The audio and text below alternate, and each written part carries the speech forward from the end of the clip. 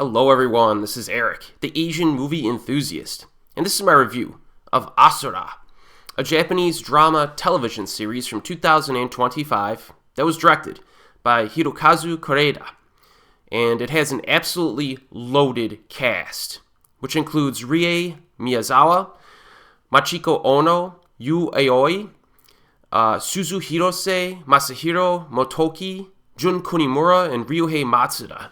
So it's a pretty crazy cast. The following plot synopsis was taken from the Roger Ebert website.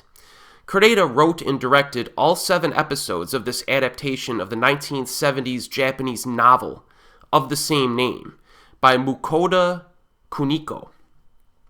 The story of a father's infidelity and how it sends ripples out to his daughters and the people in their lives. Set in Tokyo, Asura stars the legendary Kunimura from The Wailing and a bunch of stuff. As an ordinary man in his 70s, he's basically the patriarch of the family, and he has 4 grown daughters. The shyest of his girls, Takiko, played by Ryuhei, hires a private investigator to look into her suspicions about her father, and discovers that not only does Dad have a mistress, but there's a young child in his life that calls him Papa. So in terms of lifestyle, like the old couple in this is very traditional, which is pointed out early on. Apparently, Kunimura's character had some financial difficulties, as well as kind of a unpleasant attitude back in the day. But he did push through those obstacles to become a more reliable guy. And lately, he has become even more pleasant and helpful with day-to-day tasks around the house. His wife is still grateful for him because of his efforts and improvements over the years. But little does she know that he could be having an affair.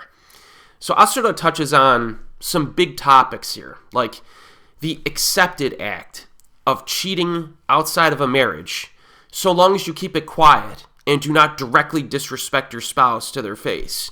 And this is touched on a few times in the show. The other family members kind of discuss the possible infidelity and what to do about it, but they disagree on like the proper, protocols or procedures.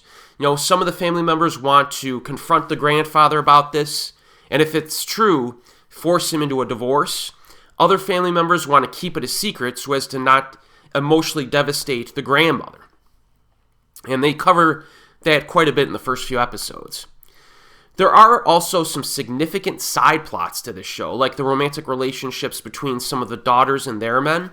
Suzu Hirose is dating a douchebag professional boxer, is the accurate description, which creates a lot of friction there, while Ryuhei is dating a more mild-mannered Ryuhei Matsuda, which is more of a positive situation, at least on the surface. One thing I enjoyed about Asura is the unexpected story progression, because you would think that the primary infidelity of like the grandparents would be the constant focus, but this gives a lot of attention to the side characters, you know? I think that's nice. It creates some depth and kind of a wider focus to it's more of a family drama than just, a laser-pointed focus on the infidelity. And this is more female-centric as well. And the loaded cast really helps this. And just for the sake of jogging your memory, here are a few of the other movies or shows that the actresses appeared in. You have Rie Miyazawa, who's in Toni Takatani, Pale Moon, Her Love Boils Bathwater. Machiko Ono was in Like Father, Like Son, and Matrimonial Chaos. Ryuhei was in Killing, Birds Without Names, Hannah and Alice, and a whole bunch of stuff. Suzu Hirose was in Our Little Sister and Chia Yafuru. So it's not common to have like this many talented performers in the same show.